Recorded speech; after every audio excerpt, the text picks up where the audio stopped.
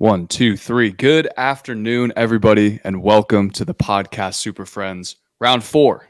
As you know, if you're tuning in for your first time, we meet every single month. And it's not just me, Matt, you can show everybody. We've got 5 podcast professionals.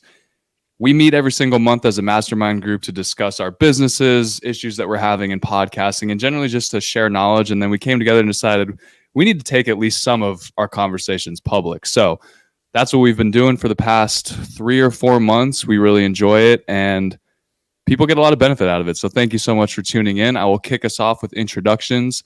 Matt Cundill joining us from Winnipeg, Canada. Matt, do you want to introduce yourself? The owner of the Sound Off Media Company. We have a lot of podcasts that we work with, primarily with dynamic ad insertion and dynamic audio strategies for their podcasts.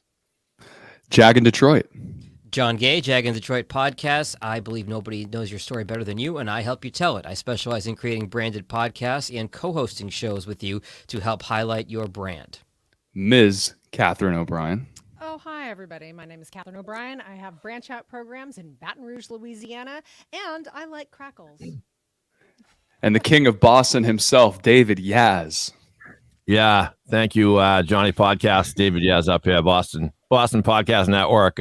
Not for nothing, but we can spin some yarns up here in Boston. We produce podcasts, and I don't really talk like that. Not everybody here does. Thank you, Johnny. You do get a free Dunkin' Donuts gift card with every episode produced, though. So. America runs on Dunkin'. Go back to Starbucks. Fancy man.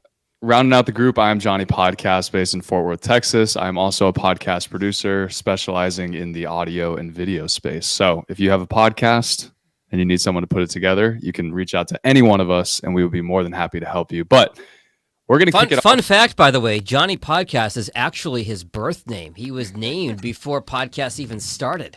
Back in old 96. It was a good year. But we are going to kick it off with kind of a hot topic. So we are all very familiar, especially with the last 2 years over COVID, with the remote podcast experience. Podcasting started very much face-to-face, and it is still a large facet of the industry today. However, with the access of technology with platforms like Squadcast, Zoom, but we don't use Zoom, Zencaster, and my personal favorite, Riverside.fm, and we're currently using StreamYard, you can access the smartest people in your niche to talk to for your podcast. Has made it so much easier than calling people over the phone, and it's just a beautiful piece of technology. However, the technology is not always perfect. And we're going to zero in on one platform in particular, our good old friends, Squadcast. And I know Jag and Matt have somewhat of a bone to pick, not too much of a bone to pick, but when... turn myself down a little bit. But I'll leave it over to Matt and Jag to discuss Squadcast. Guys, apparently there was a recent update to Squadcast, and now we're seeing a little bit of issues with the platform. What are we seeing? Matt, you want to start, or do you want me to start? Yeah, I'll start. I mean, this is a very, very big change for Squadcast. This is version number 5 that they come out with, and both Jag and I, we're big proponents of it because it's durable. We find it works, easy to use, and I think as producers, we're really in control of the situation. We can see easily what our clients are using for equipment, because when you're getting a few, the clients and their guests together to do a recording, you can see who's using what, and they think their microphone's working. It's not necessarily working. It's the desktop that it's connected to, and not the actual microphone. So not everybody knows things all the time, but that's a feature that's disappeared. And some of the other upgrades that they've made, I'm not sure if they're necessarily upgrades, because a couple of times I've gone to record and the recording has been missing. So anytime you launch anything new, I do feel for them, and it's not easy, but in terms of what Jag and I do, it really puts us on uneasy ground. We don't know what's going to happen. And, you get that trepidation of, is this working?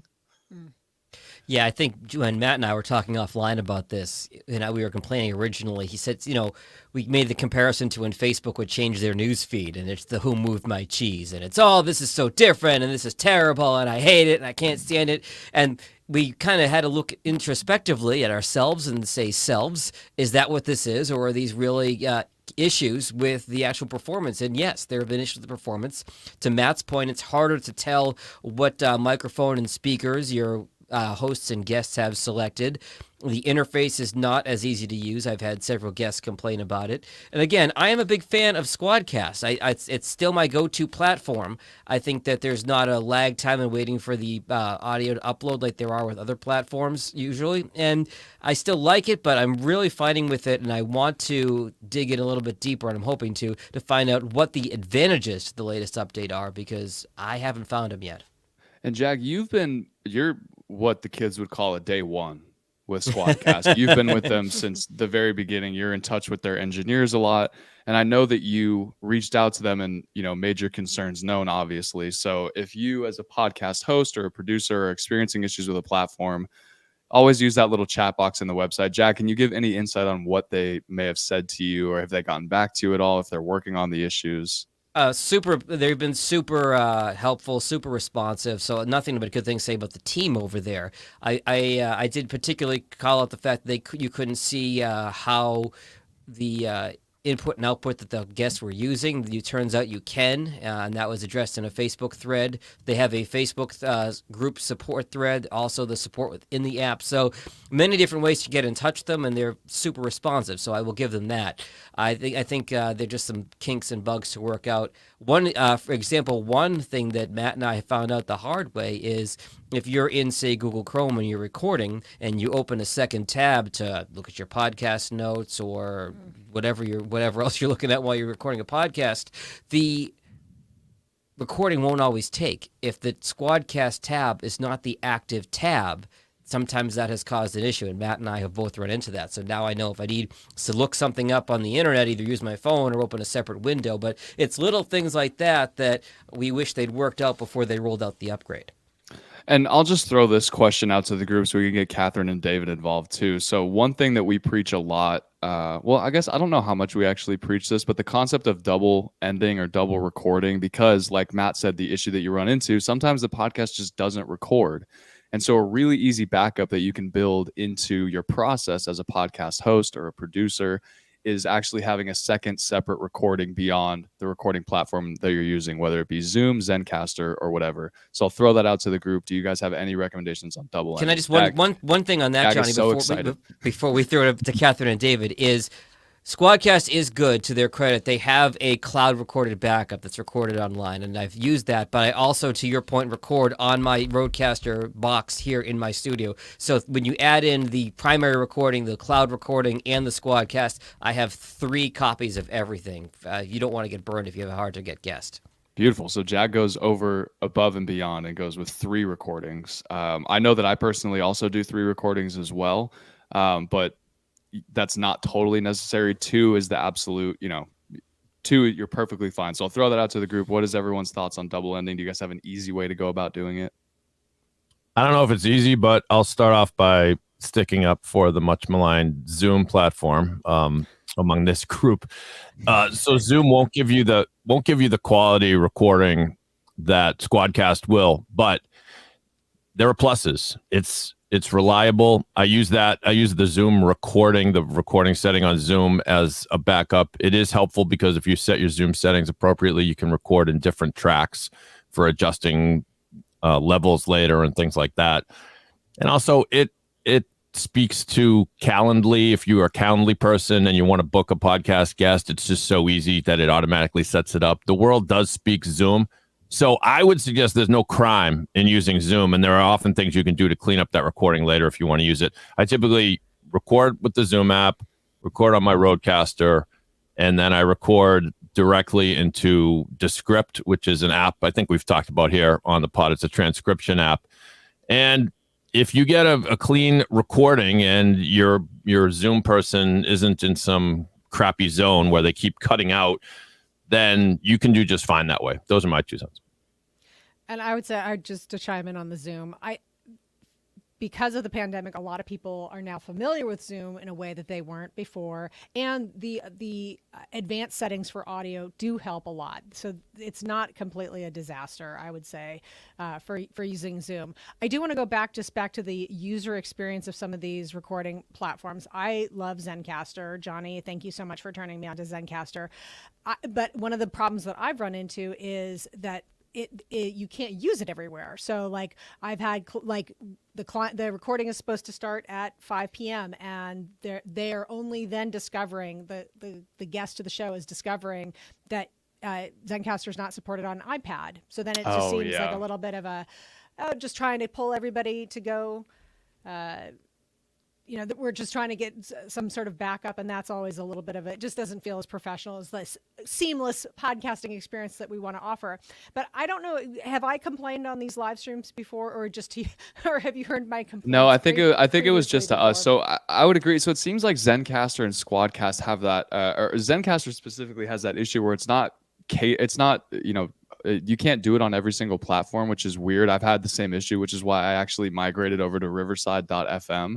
I think the best way to kind of avoid these sort of issues with connectivity, guests not being able to be tech savvy, and Jag and I went back and forth on this on Twitter, and Jag has converted me. I would agree that having Zoom as a backup, if something like Zencastr or Squadcast isn't working, building in just a regular Zoom link or even Google Meets. I found Google Meets has been somewhat reliable and gives a decent audio conversion or whatever you would even call it, but I would stick with Riverside, but having a built out, very step-by-step instructions for your guest, click this, type this.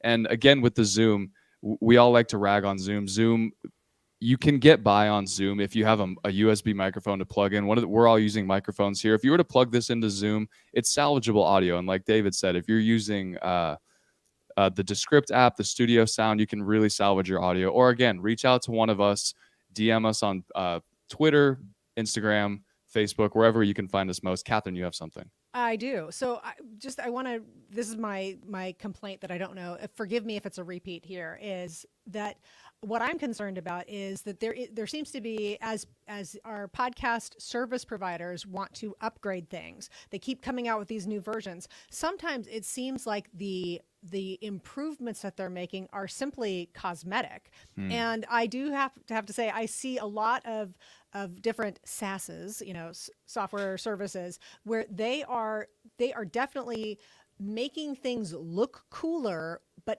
less functional.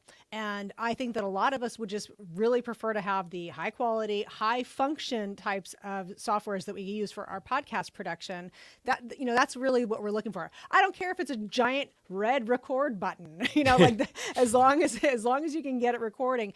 But my concern is that in the attempt to look cool and drop the function, that there's a little bit of an emperor has no clothes situation, is that there isn't a lot of technological advancement being gone. And so they put all this effort into the appearance of looking really cool. That's my secret concern. It's funny, Catherine. It's almost like it's an arms race, because there are now so many quality platforms between Zencastr and Riverside and Squadcast and all of these, that part of it could be the competition, where they want to look the coolest and be the best. And if, for the most part, they all work for what we're doing in recording podcasts, let's have the coolest interface. Let's have the coolest features. And it's, to your emperor with no clothes analogy, they're trying to solve a problem that doesn't exist.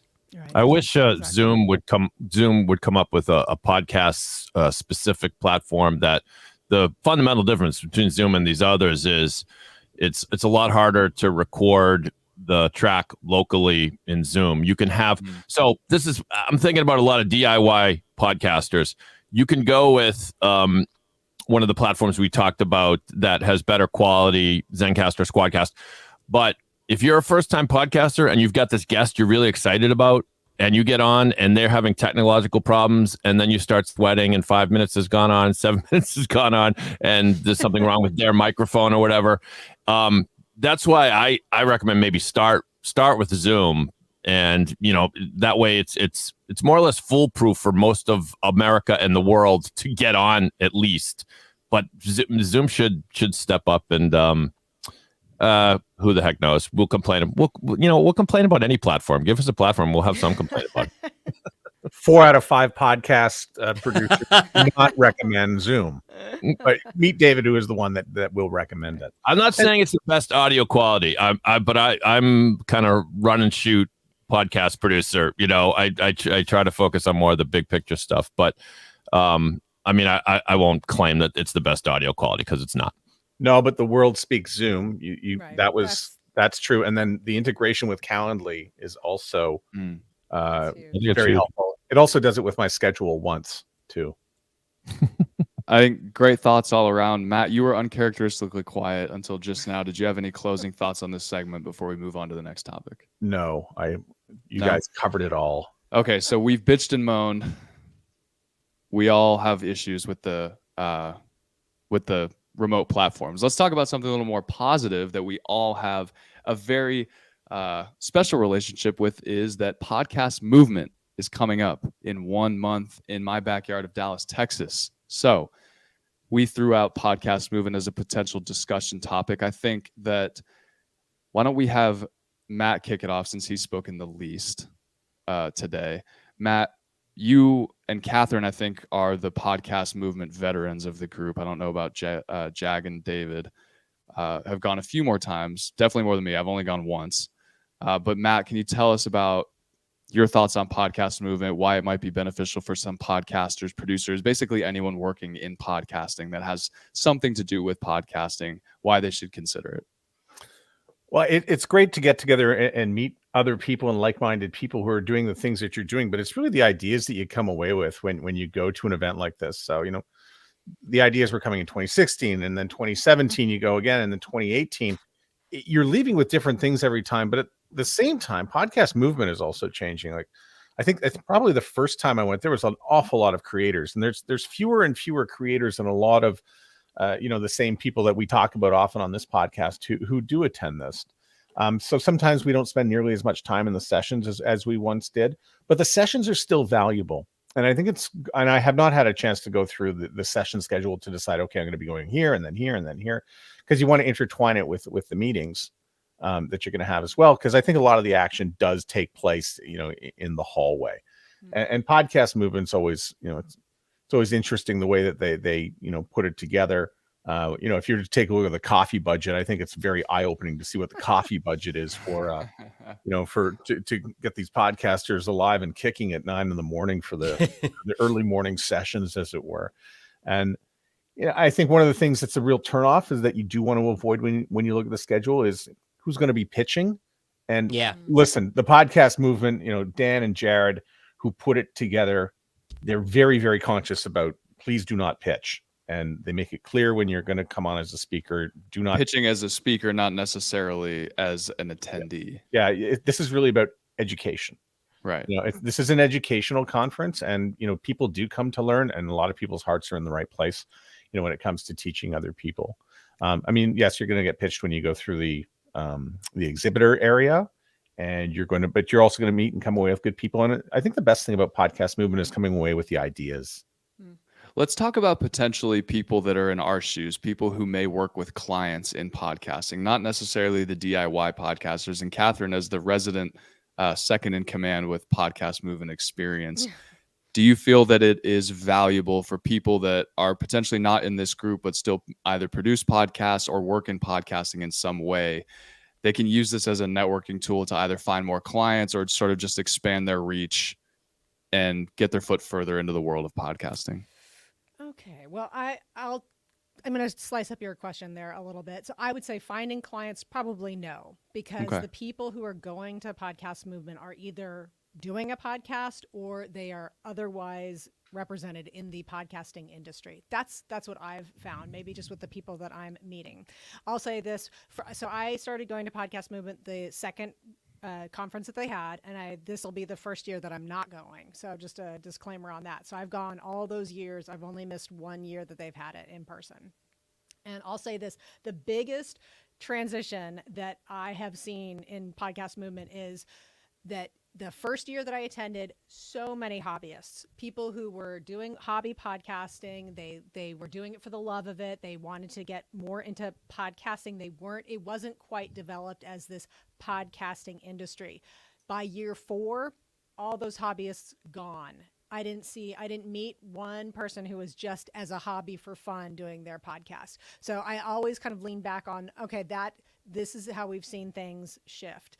So I don't think that getting clients is necessarily, you just don't meet those people because you meet a lot of hosts and you might meet a lot of people who are coaching podcasts, or they've got the experience of doing podcasting. So they are now offering services to other podcasters. But to Matt's point, you do make great sort of other industry contacts.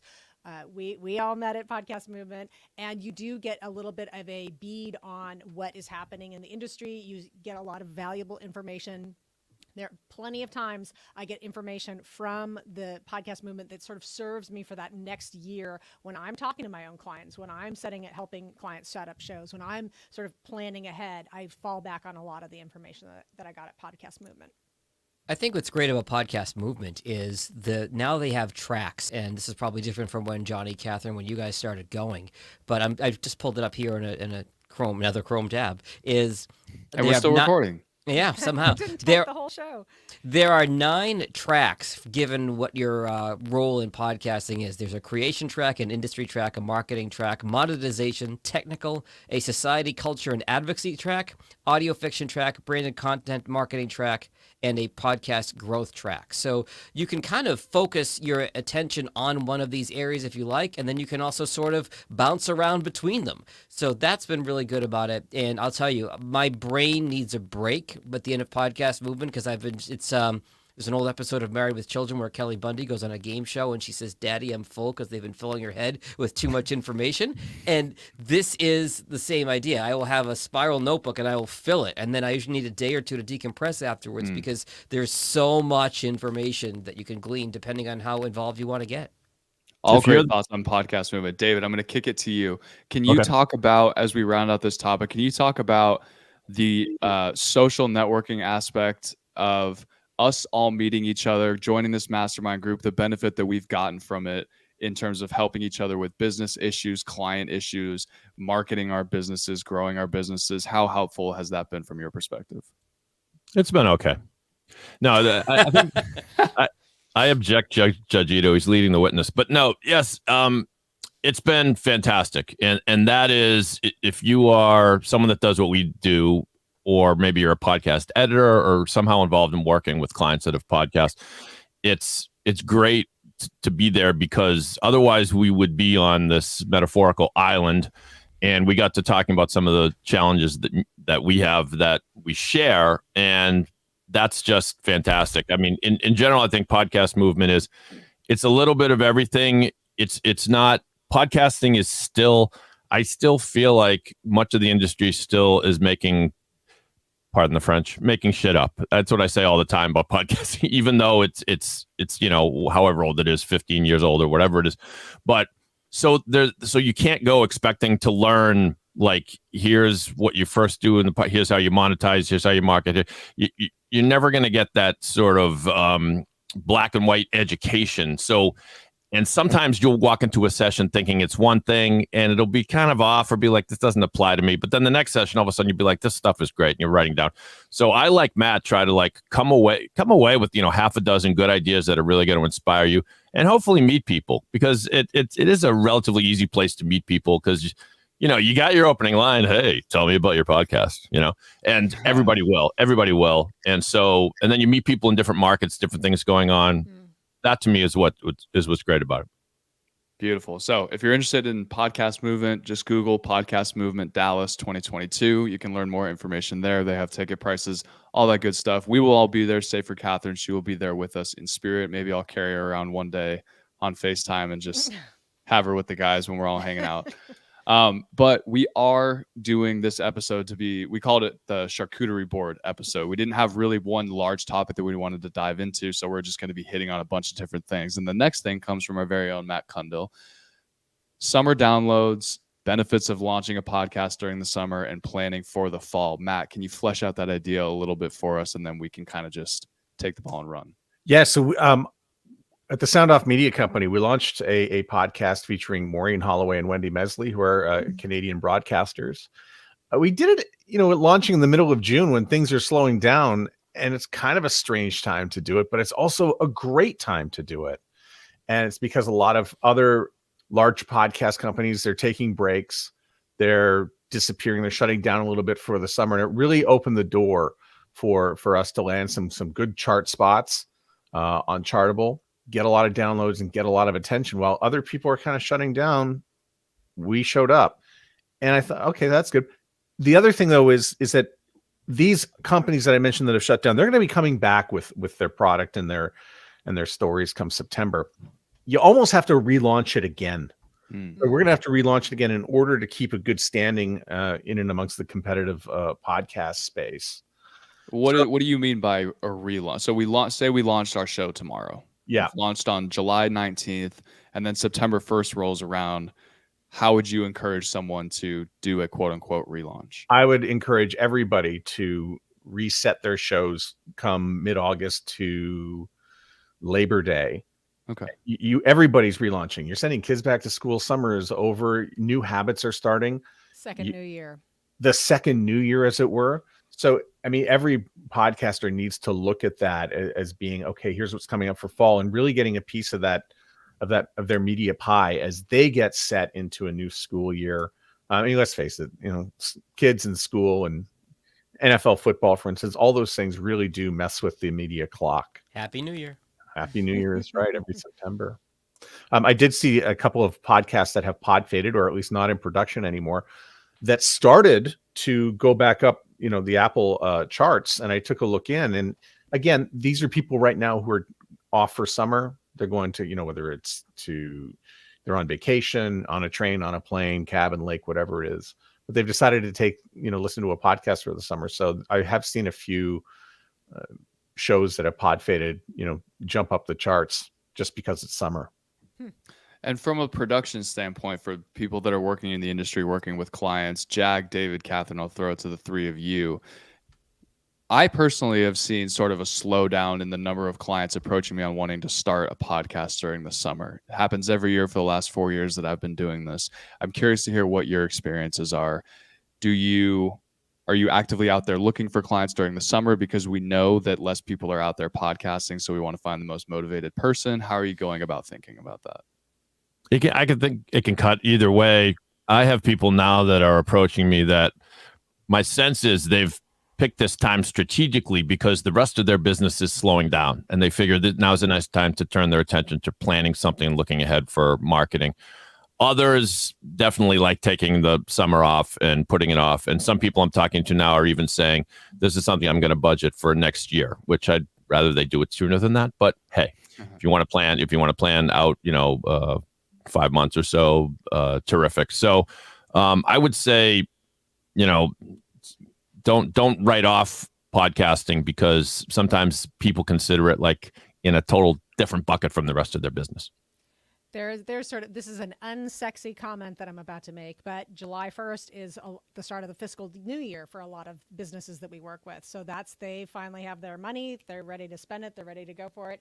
And so July might be the time when people start to do those podcasts that they were putting off. So it's not the most exciting way to look at it, but it definitely comes into play. And I definitely experienced the summer slump with a lot of my clients, and I don't want to set them up for disappointment. So we spend a lot of the summer with some of the people I work with to bank episodes that we're going to be releasing in September, October, and just give us a little bit more of runway that we can work with time-wise to get the product together and the shows that we really want to do and get them out there. I would also say that summer can be very slow, second only to the end of the year itself, around the holidays, because that's when everybody has their own stuff going on. It's just basic habitual stuff. I think there's a mass amount of travel this summer because there's pent-up demand from the last couple of years when people couldn't travel as much. So people are kind of focusing on themselves and doing their own thing. What I will say is, if you are in the podcast services industry, definitely get on your horse August, September into the fall. Be thinking about approaching folks about launching a podcast in January at the start of the year, because that's a really good reset after the holidays too. Fall is a good time to start planning out for new shows in January. And if you're a podcaster, the same thing if you want to do some long-term planning. And from a listener perspective, just anecdotal data on my end, I keep refreshing my Spotify app, and just in the last couple of weeks, I'm noticing there's just not enough new content that I'm like, my favorite shows just aren't putting out episodes. And so I think Matt is absolutely correct. If you are wanting to sort of get in ahead of the pack, people are taking a break right now. So consider starting your podcast during the summer. You're going to have a leg up on everybody else when everyone else starts to gear up during the fall. And when they're just starting to record their first episodes and getting their hosts' feet wet and learning how to talk behind the microphone, you've already got 2 months of experience ahead of them. You're doing your relaunch. You're launching at the same time as them again, except you've already got more content in the bank. And we know that people love to binge content. And that moves us to our next topic. David threw this into the mix for the group. He asked, under what circumstances might it be wise to release several episodes at the same time? Think of a mini series where you're releasing for people to binge content. I can talk from personal experience. I work with one client who does a podcast for their business where he records episodes throughout the month. We put them all together, and at the end of the month, he releases them all at once. So anyone, why does he do that? Just what's the thinking behind that, Johnny? I think it is less stress on him because podcasting in and of itself is like taking on a second job. You have to schedule guests. You have to get people on the calendar. You have to record the episodes. You have to work with me, the producer, to get things ready to go. We do transcripts. We do YouTube videos. He works with a digital marketing company to create thumbnails and personalized cover arts for every single episode. So a lot of work is going into this, and it's a lot to do that and put one out every single week on top of the fact that, hey, I got to go to my regular job and pay the bills and spend time with my family and see my wife and see my kids and take them to graduation, soccer games, all that kind of stuff. So it's just an easier way to sort of compartmentalize the job of having a podcast and still being able to put out a lot of content for their listener base. So David, what caused you to think about to want to talk about this topic? Yeah, I mean, at Pod 617, we work with a lot of professionals and across a wide variety of industries. By the way, I saw the comment from Bruce Negrin who says, "Is being from Boston a detriment?" No. Well, the proof is in the pudding. All right, Bruce. So, thank you, Bruce. Thanks for listening, kid. We love you here at Pod 617. Anyway, I know he's kidding around, but so I think we tend to think of releasing podcasts in blocks, maybe when they're for a more specific purpose. For example, I'm working with people who are authors of a book. The name of the book is Outwitting the Manipulator, and it's about techniques used to avoid being manipulated as the manipulation is actually happening. It's a very interesting topic. It's a complement. So the podcast series is a complement to the book. And at least the first season of the podcast will follow it kind of chapter by chapter, bringing each one of those chapters to life in more conversational and vibrant form in the podcast. So they haven't decided what to do yet, but I could see them releasing, all call it 10 episodes. And because this is just a complement to our book, but I can also see, I hate to be wishy-washy and flip-flop because we haven't decided yet, but there's still, some value to releasing that serially for all the reasons that we like listening to podcasts serially. What's your appetite for the next one? And it gives you a chance to promote something every week to grow your audience. So every week, in other words, if you're going to release them all 10, you kind of probably aren't going to be motivated to keep posting, 10 weeks from now, every week on LinkedIn or Facebook or whatever, your Twitter, whatever you're doing. So 2 schools of thought. That's why I want to throw it out to the group and see if you have instances where you think it might be appropriate to drop them en masse. So David, with what you were just saying, the word campaign just popped into my head. If something's a campaign like a book, and you have things doped out for this entire, let's say you have 8 chapters of the book, and so you have 8 weeks of content, you want to just drip it out, that gives you kind of that provides a structure for why you would be reaching out to your audience. That's why you're making these social media posts. That's why you're having this new podcast episode. So I can absolutely see that something that is campaign related could follow that schedule. And I also like the idea too that, podcasting is such a great medium for give more to those who want more. So if you have a topic that people are just going to be clamoring to get to that next one, why not give them that binge of that next piece? I mean, have you seen hopefully this is a complimentary example, but like some people with all these Amazon Prime shows, a TV show, when they don't allow people to binge it, people get furious because they're like, pissed. I want to listen to I want to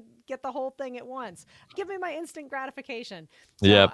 I think part of it is like, what are you trying to accomplish here? As usual, that's our one of our ongoing running themes. What is your mission here of what you're trying to do?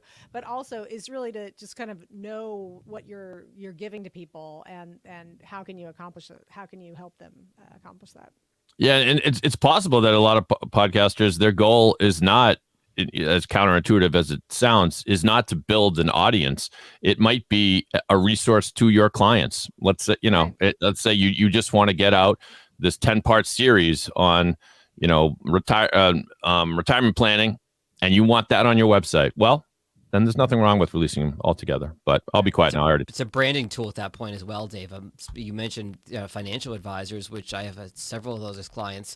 It's a resource, yes, for their existing clients, but many of my clients have gotten new clients by them discovering the podcast or having seen the podcast. Oh, that's some great advice. I like the way this person thinks. Let me talk to them about managing my money. So it's a branding tool in that situation as well. And I've done ones like that, Jag, where the voices on the podcast are the people at that one company. Yeah. Maybe this is an obvious point, but if you have a different guest every week on your podcast, you probably want to lean away from dropping them en masse, because why not give that guest a week to shine, to be the person? It was so good to have this person as a guest on my podcast, and promote that all week, and then you're on to the next one. Yeah, it's much easier to market it that way when it's a guest, a person, but if you do have a series or a theme that runs throughout all the episodes, and especially in the summertime, why not drop 10 of them? How bingeable is it? If it's bingeable, let it rip, because you're going to be marketing probably the podcast as a whole as one big bingeable bunch, which would be quite nice, actually. And especially going back to launching with 3 episodes, always a good idea. And you can also you can also still do this campaign that Catherine was talking about. You can release the entire 10 episodes at once. That doesn't mean that you're not allowed to market a new episode every single week. So if you're releasing 6 episodes, week 1, we're talking about episode 1, and every single day is a different post about why episode 1 is so great.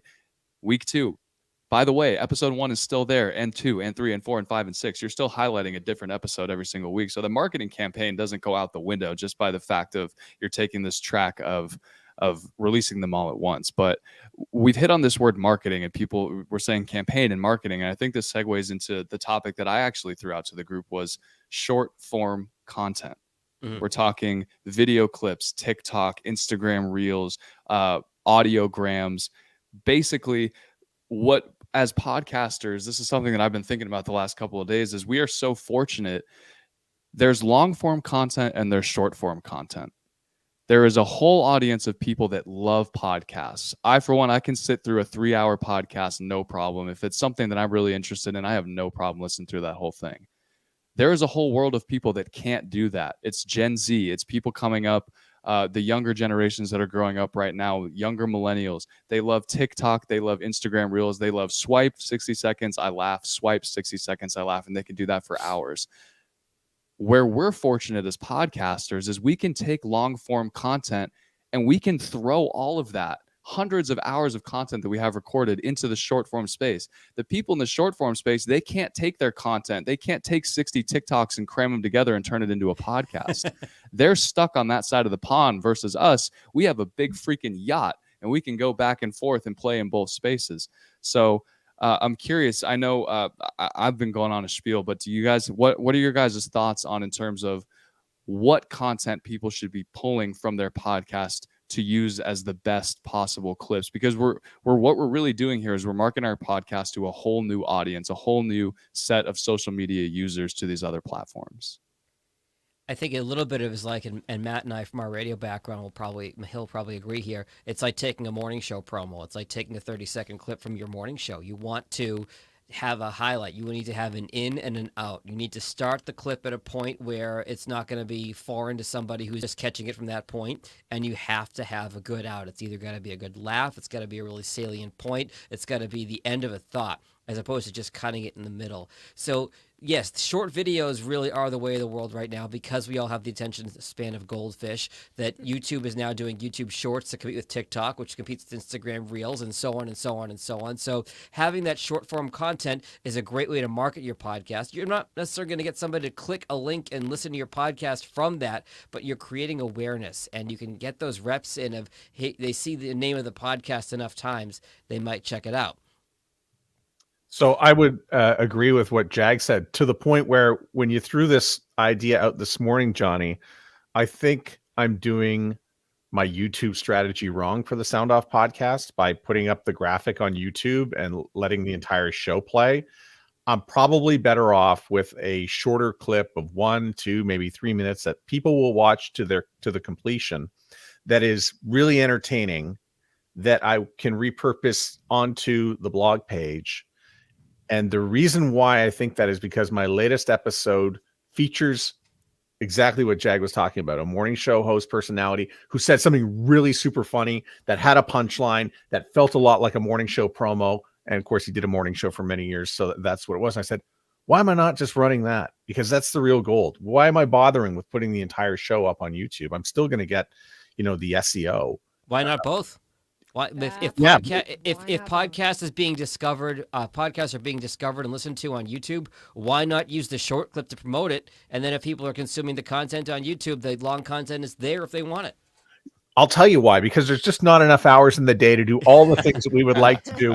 But yes, I mean, between that and that was going to be a subject I wanted to talk about. I mean, when is enough for all the things that we want to do in the marketing?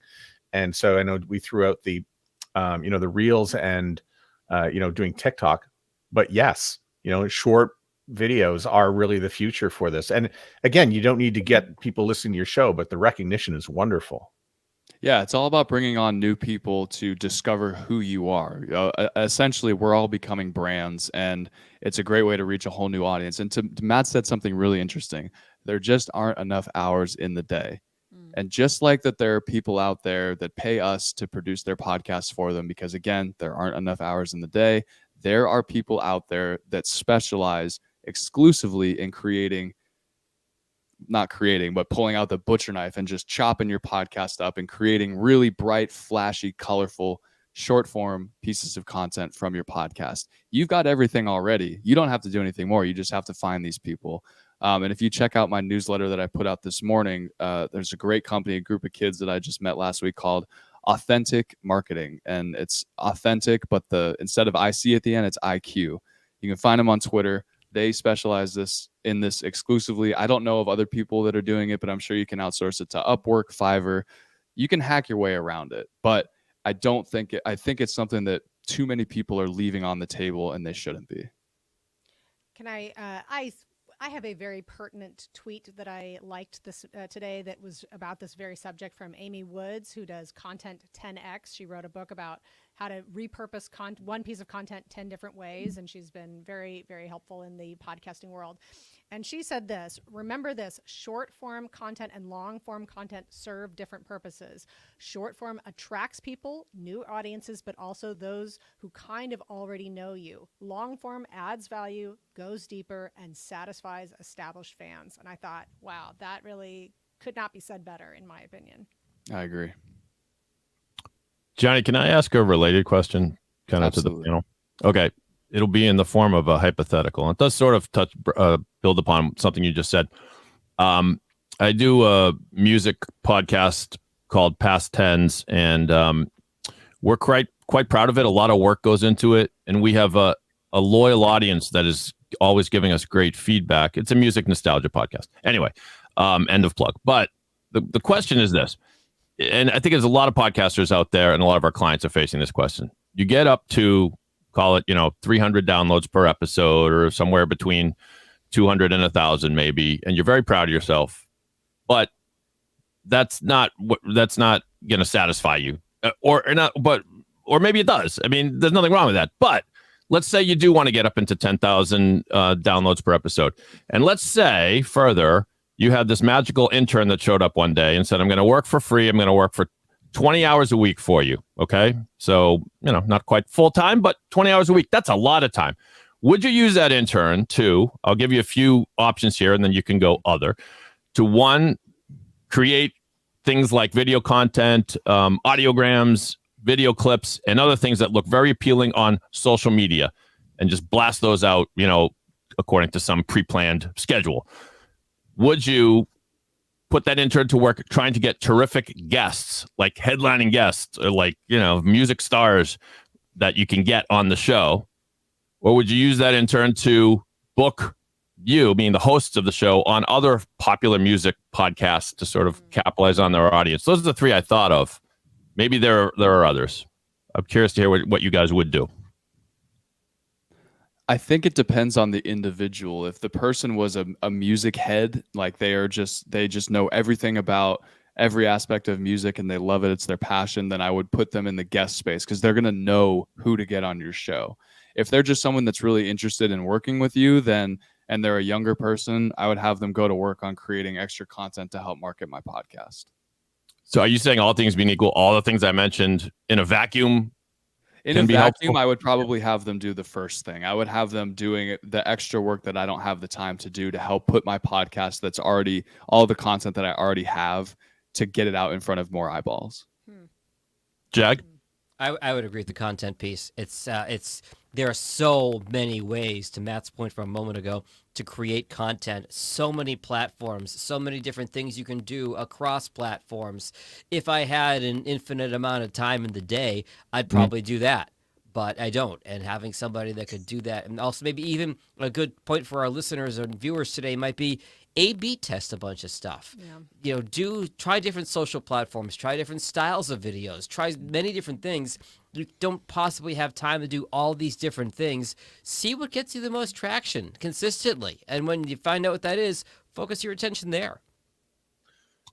Do number one and make sure they leave the template behind so that you can do a few more in the future. Like, they'll build you a nice template, right, for the audiograms.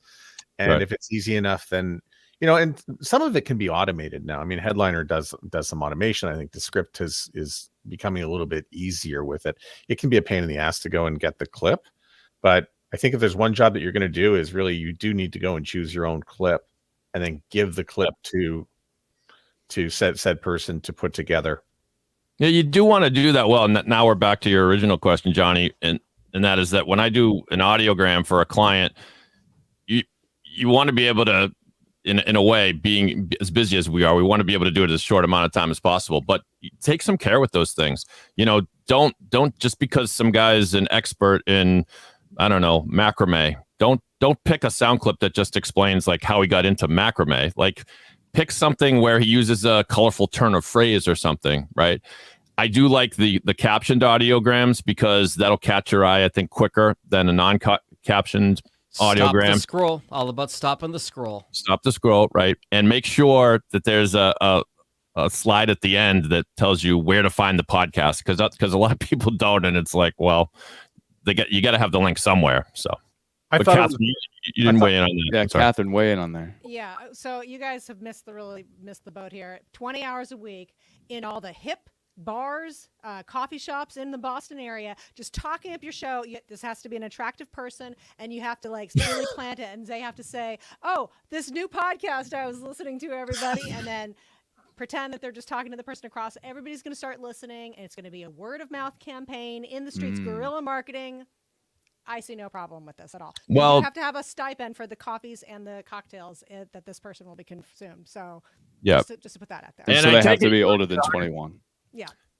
I take it you're 100% serious, Catherine, because that's a lesson that we shouldn't forget, is that that you have to make your podcast shareable. We learned that at last year's podcast move. It was a big message. It's like the reason why your audience stopped growing is because your podcast you aren't showing people how to share it in a simple way, because that's the way you're going to learn about most podcasts, from somebody else. And I remember there was someone in Seattle at Podcast Movement who said that the biggest boost to their audience was when they went to some open flea market or some big, open festival and set up a booth about their podcast. And they were the only podcast there. Everyone else is, selling mugs or whatever they're doing. And all they said was, "Hey, subscribe to our podcast." And that's so like grassroots, and yet it worked for them. And I think it's a good reminder. One of the points for like local podcasts that often gets missed is like paper flyers in the coffee shops in your area. I mean, there are opportunities. I was kidding, but there are opportunities for a certain type of podcast to do that kind of old school flyers. Everybody now, big QR code caused the pandemic so that they could have a resurgence. We all know that. So now, I mean, you can even have QR codes that take people right to your podcast. So there are some creative things that you can do. And, back to the booth. I'm sorry, just one more thing about the booth. Like, I don't know if you guys how familiar you are with like how big libertarian podcasts are.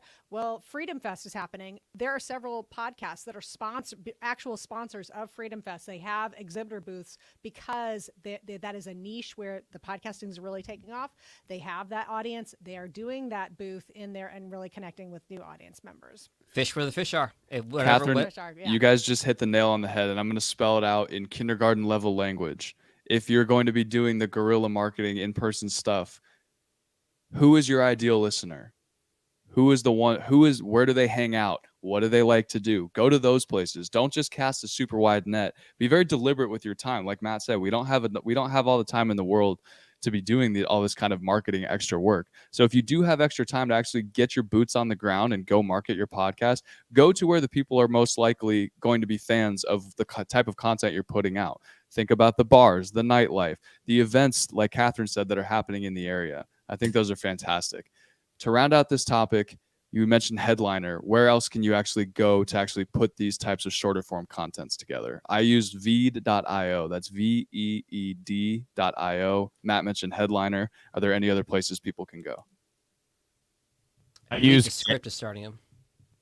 Talk over each other again so we don't get it. I haven't. Jag said the script is starting it. I haven't tried that yet, Jag. I will. Script, yeah. Yeah. I use getaudiogram.com, getaudiogram.com. It's a little clunky, but it gets the job done. Okay. Anything else? I know, Jag, I know you're big on Headliner, and Matt said that one already. Catherine, is there anything else, or Jag? I might have one. And I actually think I could share the screen. There's something here called Wave.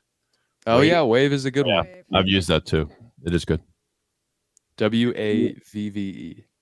I found it very expensive because I got very upset because Headliner started to charge. They wanted to charge me double. And I asked them what constituted a 100% price increase. And they said, well, we're working very hard. Yeah. And so I said, that's it. I'm going to the competition. And I went and checked these guys out, and they were twice the price of Headliner. And I've used it. It's very easy to use for non-captioned. I haven't experimented with the captioned one, which is, it can take some time. You gotta retranscribe your clip and make sure that all the words are correct. Top secret freebie option is on Canva. Now you can do 1 minute clips with video and audio, and you can make a video out of an audio, and that's a free way to do it. Oh yeah. On Canva, that's huge. Also, Beautiful. if you have the Adobe suite in Adobe Premiere, their video editor, they have you can transcribe a video, or you can just drop audio into it, transcribe that. I have found Adobe's transcription to be very accurate, as well as Headliners. And finally, be brave and just do a 1 minute video. Isn't that the whole thing? Is to just do a video of yourself. You just got to start doing it. It's same as podcasting. You just got to start. So we've thrown out a ton of options for you guys, all you listeners and viewers. There is no excuse. Same with the remote podcasting options. There are just as many options out there for creating this short form content. That's about everything that we're going to talk about on today's Charcuterie Board episode. So we will give one final word to everybody. Matt, where can people find you online? And do you have one piece of parting advice? Yeah, I would like everybody to go and check out Dan Meisner's latest blog or tweet. He left about 14 points about how to, that really gives perspective about podcasting. I mean, even when it comes to marketing, I was going to mention as we were talking about marketing, just that all this content that we're talking about creating is really about sampling. And so Dan really breaks it down. He's got a way of really sort of sharing his knowledge in very short form. He did it in a Twitter thread, and he's also done it on the blog. He's now departed from Pacific Content, and wherever he winds up, they're going to be very, very fortunate to have one of the smartest minds in podcasting. So congratulations and good luck to Dan. You can find me at... sorry. Go ahead. No, I'm sorry. It was, thank you so much for sharing that that article. It was incredible, and it's a must read if you're making a podcast. Back to you, Matt. Soundoff.network is where you can find me. Catherine O'Brien. I'm a chronic interrupter. Sorry about that, everybody. My name is Catherine O'Brien, Branch Out Programs in Baton Rouge, Louisiana, and you can find me on Twitter and Instagram at Hello Catherine O. Thanks so David much for Yaz. having it. It's David Yaz. It's Dave in Boston, and it's pod617.com. If you want your own podcast, we'll produce it for you. And just for the heck of it, because I'm shameless, I'll plug that music podcast. Go to Top 10 Time Machine. No, sorry. Go to timemachinepod.com. Timemachinepod.com. If you're a music fan, you'll dig that show. Thank you. JAG. Bring us home. Jag in Detroit podcast. My one piece of advice would be before you do any show, prep it, and then prep it some more. Know what you're going to do, where you're going to go, and how you're going to get there. And if you need help with that, or the production element, or the co-hosting element of your podcast, you can find me on my website, jagindetroit.com. That's JAG. Or on social, everything is Jag in Detroit. And I'm Johnny Podcasts. You can follow me on Twitter under the same name. We have been the Podcast Super Friends. Thank you so much for tuning in. Share the show, subscribe, follow, all the good stuff. We'll see you next time.